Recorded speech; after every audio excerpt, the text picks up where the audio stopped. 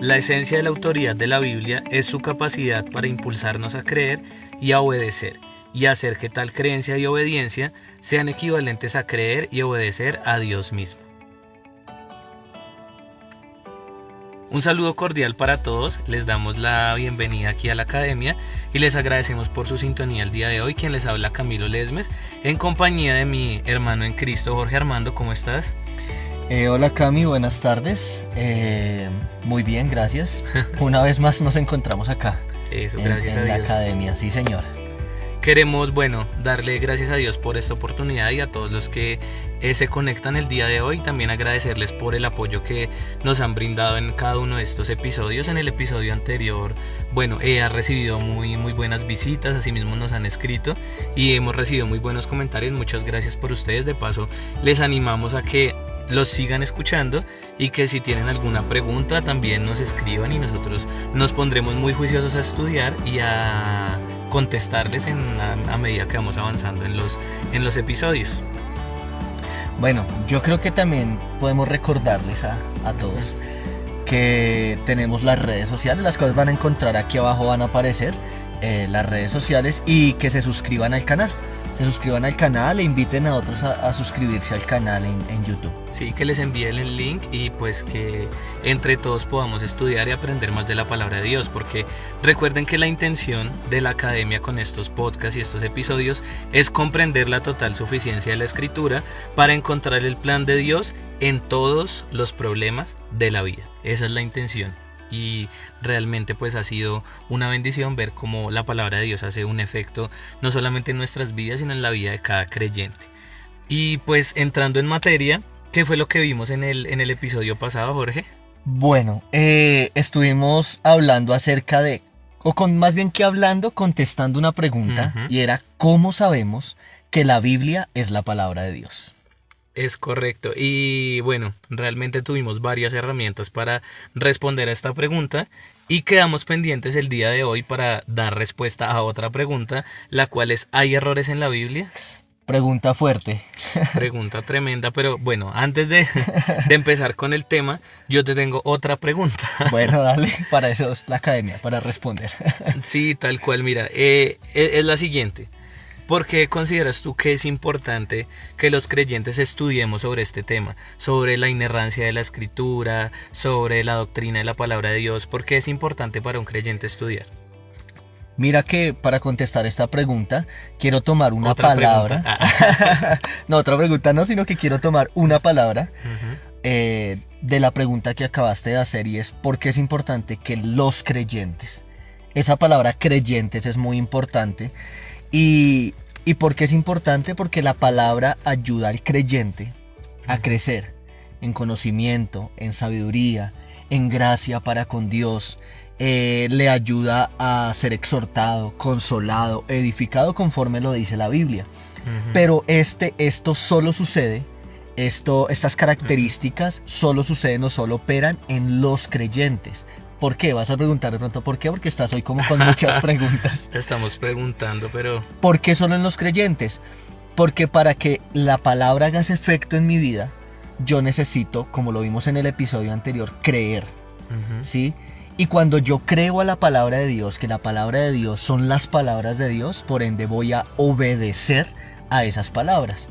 Si tú de pronto le preguntas a una persona que es escéptica, una persona que no es creyente, y le dices, no, mira, es que la Biblia es la palabra de Dios, y se lo explicas a través de la palabra de Dios, de pronto no vas a convencerlo mucho, ¿sí? Le va a quedar como esa duda. Entonces por eso es importante que los creyentes aprendan acerca de la doctrina de la palabra de Dios. Bueno, muy importante lo que nos acabas de plantear, y va muy conectado con el tema de hoy. ¿Hay errores en la Biblia? Sí. Bueno, antes de eso, quiero hacer un paréntesis acá con lo que acabé de decir, y ahora no es que no le vayas a compartir sí. el video o este podcast a una persona que no es creyente o una persona que no cree mucho. No, esa no es la intención, sino que el efecto sucede más en los creyentes, pero pueda que Dios en su soberanía utilice estos podcasts, utilice la palabra de Dios para transformar el corazón y la vida de una persona. Eso, entonces, pues a compartir el mensaje de la palabra, no tanto porque seamos nosotros los que lo estamos dando, verdad, sino que estamos hablando de la palabra de Dios, la cual es maravillosa y hace un efecto en cada una de las personas. Entonces, entrando ya al tema de la veracidad de las escrituras, quiero que nos comentes cómo vamos a trabajar el tema, cuánto nos vamos a demorar, qué puntos vamos a ver, como para que los oyentes también vayan apuntando. Ok, mira que me parece muy importante tener en cuenta lo siguiente. Para contestar la pregunta si hay errores en la Biblia, vamos a tocar dos temas. Uno es la veracidad de las escrituras y el otro es la inerrancia de las escrituras. En este episodio no vamos a alcanzar a desarrollar los dos temas, por eso solamente hoy vamos a ver la veracidad de las escrituras y en el próximo la inerrancia, para poder ir contestando la pregunta acerca de cómo vamos a comenzar. Ok, perfecto. Tú ya lo dijiste, pero me surge otra pregunta. Sí, dale. ¿Qué es la veracidad de la escritura? ¿A qué te refieres cuando dices veracidad? Bueno, cuando hablamos de la veracidad, decimos que la veracidad está íntimamente relacionada con una verdad o con la realidad. Y es como esa capacidad que tiene alguien para decir siempre la verdad y ser sincero, ser honesto, ser franco, tener bondad. Y esto va totalmente en contra o es opuesto a la hipocresía, a la mentira y a la falsedad. Y si nos damos nosotros cuenta, esta definición tiene que ver mucho con la esencia, con la naturaleza de lo que es Dios. ¿Sí? Dios es sincero, es honesto, es verdad, es franco, es bondadoso y en él no hay hipocresía, mentira ni falsedad, pero pues eso lo vamos a desarrollar más adelante. Es totalmente contrario a lo que somos nosotros en nuestra naturaleza caída, ¿no? Es verdad, sí, muy cierto. Entonces, bueno, ya que sabemos que vamos a hablar de la veracidad en este episodio, ¿cómo nos vas a explicar el tema? Vamos a ver cuántos puntos, preguntas que vamos a tener. Sorpréndenos. Bueno, para los que están tomando nota, vamos a tocar el tema de la veracidad de las escrituras en 3 puntos importantes. Y el primero de ellos, con el que vamos a arrancar de una vez, ¿sí? Es: Dios no puede mentir ni hablar falsedad. Profundo. Sí, ese va a ser el primer punto que vamos a tratar y creo que hemos hablado mucho y la academia siempre lo que quiere es pues que vayamos a la escritura, vayamos a la Biblia. Entonces, para mirar este punto es apropiado que lo miremos dentro del carácter de Dios y el carácter de la palabra de Dios, que viene siendo el mismo, ¿sí? Porque Claro son las que palabras de Dios. Entonces vamos a ir a la primera cita bíblica, que la encontramos en Tito 1:2. Bueno, yo aquí ya la encontré rápidamente. Dice así: en la esperanza de la vida eterna, la cual Dios, que no miente, prometió desde antes del principio de los siglos. Acá hay una expresión que hace el autor en Tito 1:2 y es que la cual Dios que no Miente. miente, o sea, Dios no miente. Debido a que Dios no miente, siempre se puede confiar en sus palabras. Y aquí yo quiero traer como no una anécdota, sino como algo muy vivencial.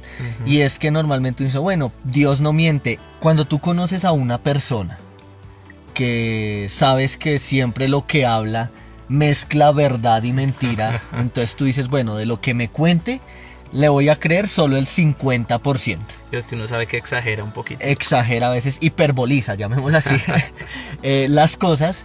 Entonces no creámosle el 50%. Entonces tú sabes que si tú le preguntas algo a esa persona o esa persona te va a contar algo, tú dudas un poquito y crees solo ciertas cosas, ¿verdad? Pero cuando tú conoces a una persona que sabes que siempre cuentas con ella porque es sincera y siempre te va a decir la verdad y te va a decir las cosas como son, entonces tú vas a tener un poco más de confianza en ello y vas a creer, ¿sí? Ahora más Dios, que dice ahí la escritura en Tito 1:2 que Él no miente, pues más le voy a creer a lo que Él dice a través de su palabra. Totalmente, y más nosotros ahorita de lo que hablábamos de la naturaleza de Dios, ¿cómo no vamos a creer a su palabra si a través de ella sabemos que es palabra de Dios, que no es mentira, es completamente confiable? Bueno, ¿tienes algún otro versículo, otra cita bíblica que quieras compartirnos? Sí, claro que sí. Vamos a compartir otra cita bíblica como para ir desarrollando más este punto, la cual la encontramos en Hebreos 6:18, que dice de la siguiente manera: para que por dos cosas inmutables, en las cuales es imposible que Dios mienta, tengamos un fortísimo consuelo los que hemos acudido para asirnos de la esperanza puesta delante de nosotros. Hebreos 6:18. Ok. Para poder entender este versículo tendríamos que mirar qué es eso de dos cosas inmutables. Acá me está hablando de dos cosas inmutables, pero ¿qué es inmutable? Pues simplemente que su naturaleza no puede ser cambiada o no puede ser alterada. Y Cami, mira, si tú miras dentro de este versículo y dentro del contexto de este versículo, se mencionan dos cosas inmutables importantes. Una es el juramento de Dios y su promesa. Ok. ¿Sí? El juramento de Dios y su promesa. Y el autor no quiere decir acá en este versículo que es que Dios no diga mentiras. Lo que él está diciendo es que Dios no puede, por su naturaleza, mentir. Cuando él jura algo, lo cumple. Tal cual lo juró, lo cumple. Cuando él promete algo, y tú puedes leer en toda la escritura, desde Génesis hasta Apocalipsis, todo lo que Dios prometió y lo que ha prometido que va a pasar, se ha ido cumpliendo y se va a cumplir. Ok, o sea que el autor aquí no hay necesidad de decir es que Dios no dice mentiras, sino que él sencillamente no puede mentir, no miente porque su naturaleza es la verdad. Él es verdadero, él es justo, él es soberano. Qué bonito como la misma palabra de Dios nos va revelando el carácter de Dios, nos va enseñando más acerca de Dios. Y aquí quiero, hacer un comentario rápidamente. Recuerdo una vez una enseñanza de un hermano en Cristo, el cual decía que para tú enamorarte de una persona debías aprender a conocerla. Y a medida que tú conocías a esa persona, sabías qué le gustaba, qué no le gustaba, conocías como hasta lo más íntimo de esa persona. Y aquí lo comparto con los oyentes también para testimonio, escudriñando acerca de la palabra de Dios, hemos podido descubrir cosas tan bonitas y tan profundas de Dios, pero a través de su palabra, porque ellas mismas son las que dan testimonio de Él y hacen que uno se enamore de la palabra, pero es del mismo Dios que inspiró esta palabra. Entonces es maravilloso. Sí, es muy bonito lo que tú dices, porque entre más conoces, más quieres saber también, y eso pasa con Dios cuando empezamos a descubrir esos atributos, porque a veces uno los utiliza de forma mecánica, hasta cuando ora, cuando adora: Dios eres santo, Dios eres poderoso, Dios eres justo, pero cuando vamos realmente a mirar, esos atributos tienen una profundidad impresionante que llenan nuestra alma, nuestra mente y nuestro corazón de muchas cosas hermosas, de verdades bíblicas, de una luz maravillosa. Y como dice ahí, para asirnos de la esperanza puesta delante de nosotros. La esperanza en que Dios, si lo prometió, Él lo va a cumplir. Él no dice mentiras, no puede mentir porque Él es Dios y es soberano y es verdad. Sí, y ya digamos para pasar al siguiente punto y terminar este primer punto, así como Dios no puede mentir y ese es su carácter, asimismo son sus palabras, tienen ese mismo carácter. Sí, y eso lo vamos a ir desarrollando en los siguientes puntos. Sí, antes de iniciar con el segundo punto, quiero hacer una invitación a las personas que tal vez no llegaron a este podcast sin haber escuchado el anterior. Vamos a dejarles aquí el link para que ustedes vean el primero, donde respondemos a la pregunta, o mejor, damos herramientas para poder dar respuesta a esta pregunta. ¿Cómo sabemos que la palabra de Dios es la palabra de Dios? Que la Biblia es la palabra de Dios. Entonces vamos a dejarles ahí el enlace. Y ahora sí vamos a ir con el segundo punto. ¿Cuál es ese segundo punto? El segundo punto es que todas las palabras de la Biblia son completamente verdad y sin error en ninguna parte. Uy, fuertes declaraciones. Sí, y son así, son verdad y sin error en ninguna parte. Y como lo vimos en el punto anterior, viendo que Dios no puede, le es imposible mentir o decir falsedades, concluimos que esas palabras que provienen de Él son perfectas y no hay error en ellas. ¿Sí? Es importante entenderlo y creerlo, ¿sí? Que nos convenzamos de que eso es así.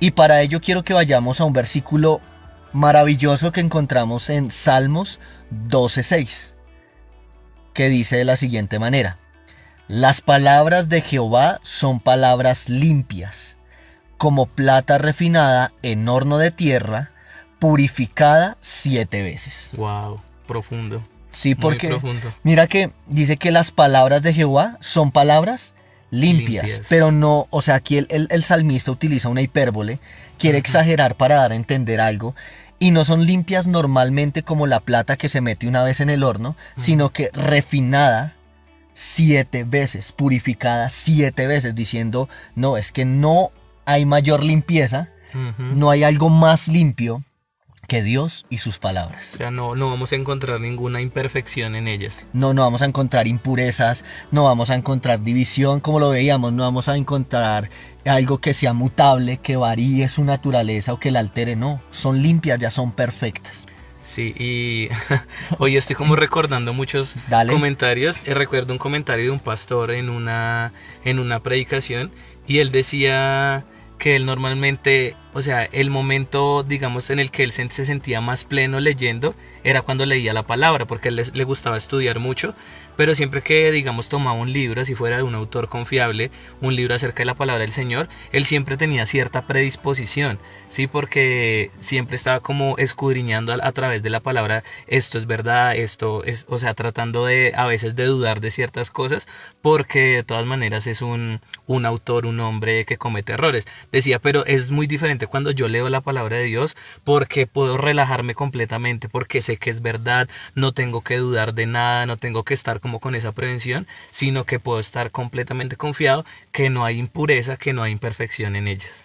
Mira qué bonito lo que tú dices, y eso me recuerda otro versículo que podemos ver dentro de la escritura, y está en Proverbios capítulo 30 versículo 5 y versículo 6, que dice así: toda palabra de Dios es limpia, Él es escudo a los que en Él esperan. Y mira lo que dice el versículo 6, algo un poco fuerte.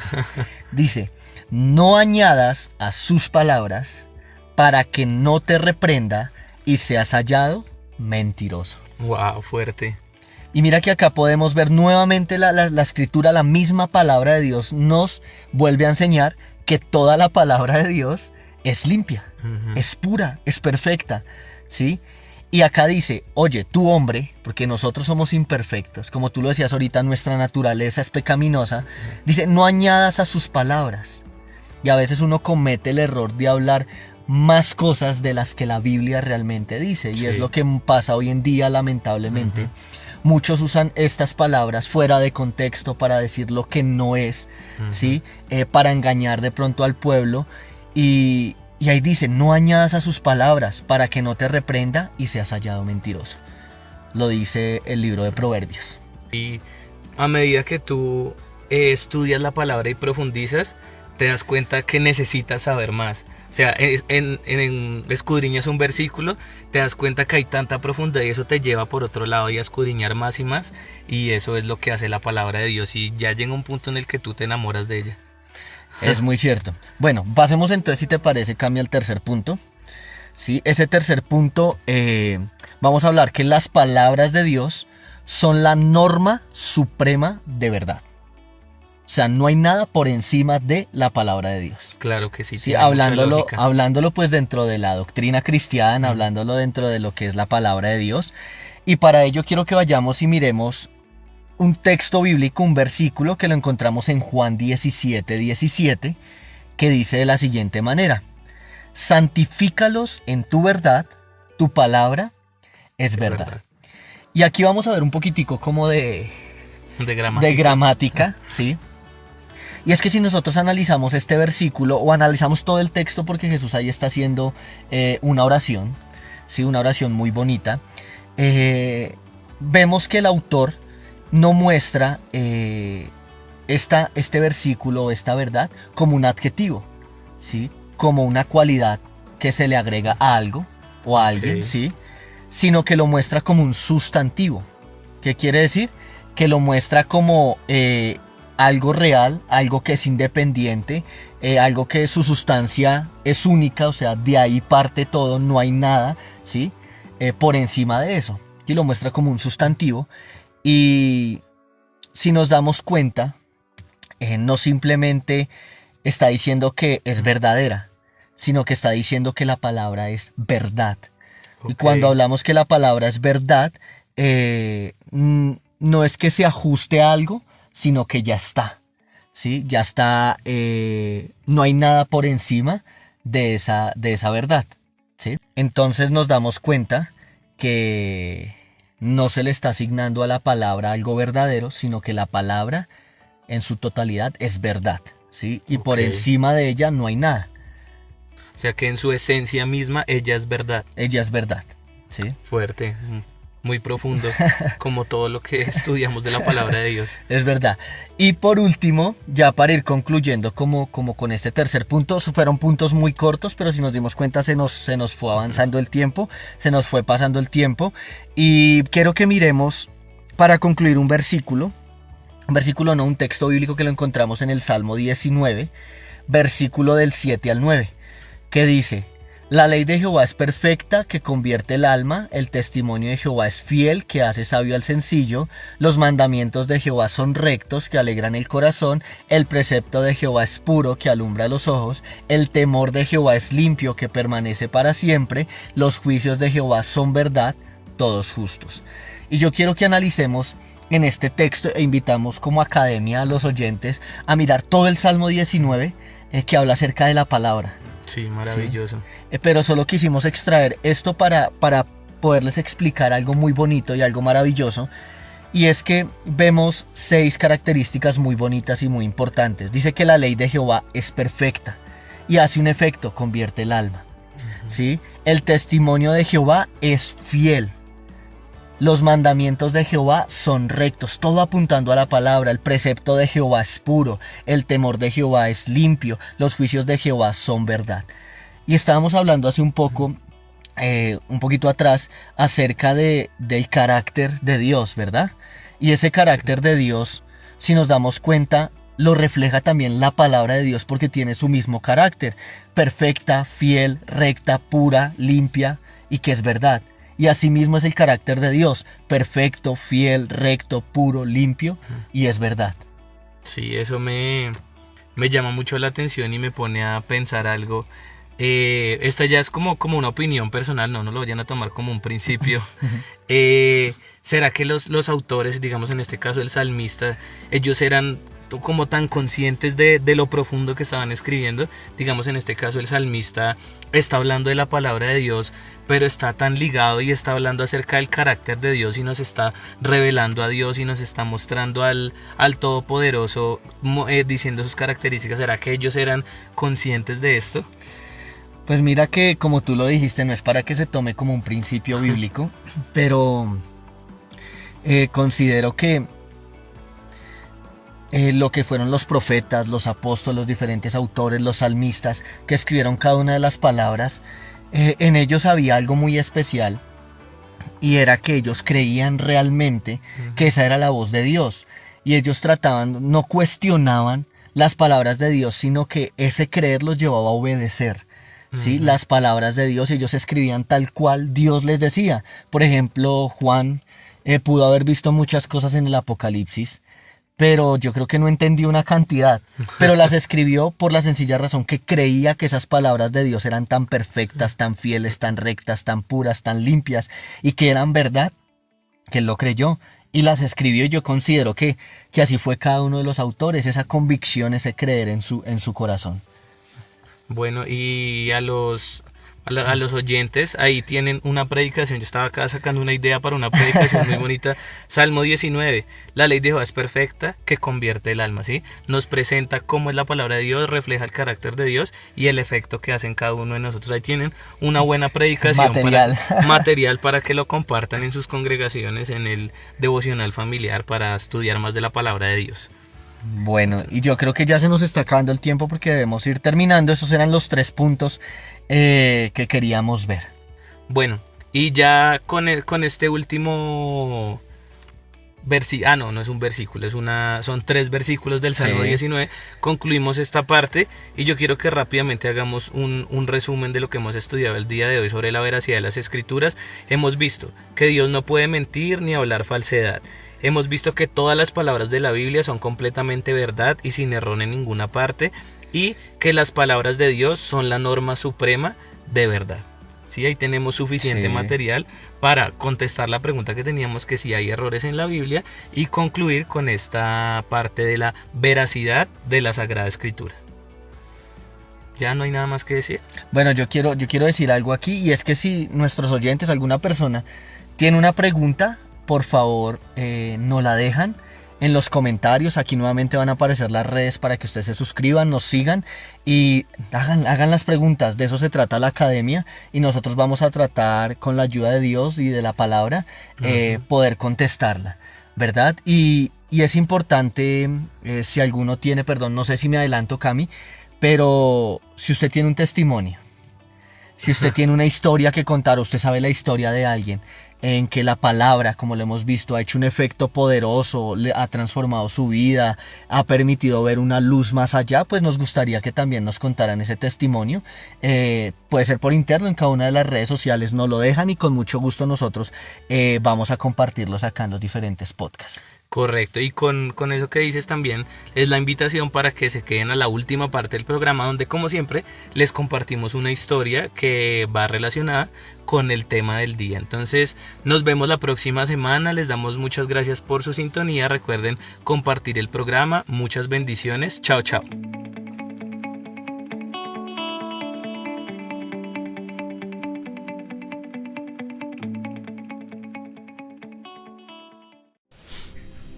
Un hombre creció en una familia donde su madre creyente trató de inculcar en sus hijos principios bíblicos, mientras que su padre, un hombre escéptico amante de la filosofía, les inculcó el amor por la lectura y por esta ciencia, apartándoles de cualquier tipo de creencia religiosa. A los 18 años surgió en él una gran angustia por la vida, un profundo temor a la muerte. No le encontraba sentido a nada. Sentía que era un círculo que se repetía y que al final era vana la existencia. Buscaba una respuesta o una razón para vivir en los libros de filosofía, pero cuanto más buscaba, más perdido se sentía. Un día, conversando con su hermano de 17 años, quien había llegado a los pies de Cristo, le dijo: «No me he quitado la vida porque le tengo miedo a la muerte. Para mí nada tiene sentido». Su hermano le respondió: «Tú estás así porque no tienes a Dios». Esta respuesta le molestó bastante, pero le confrontó en gran manera, así que aceptó recibir la visita de un grupo de estudio bíblico, y cuando empezó a leer la Biblia dice que se encontró con un manantial de vida. Leyendo el Sermón del Monte y el libro de Eclesiastés, se dio cuenta que jamás en su vida había leído algo tan profundo y tan hermoso. Tanto así que a las pocas semanas estaba predicando en su universidad sobre la salvación por medio de la fe en Cristo Jesús.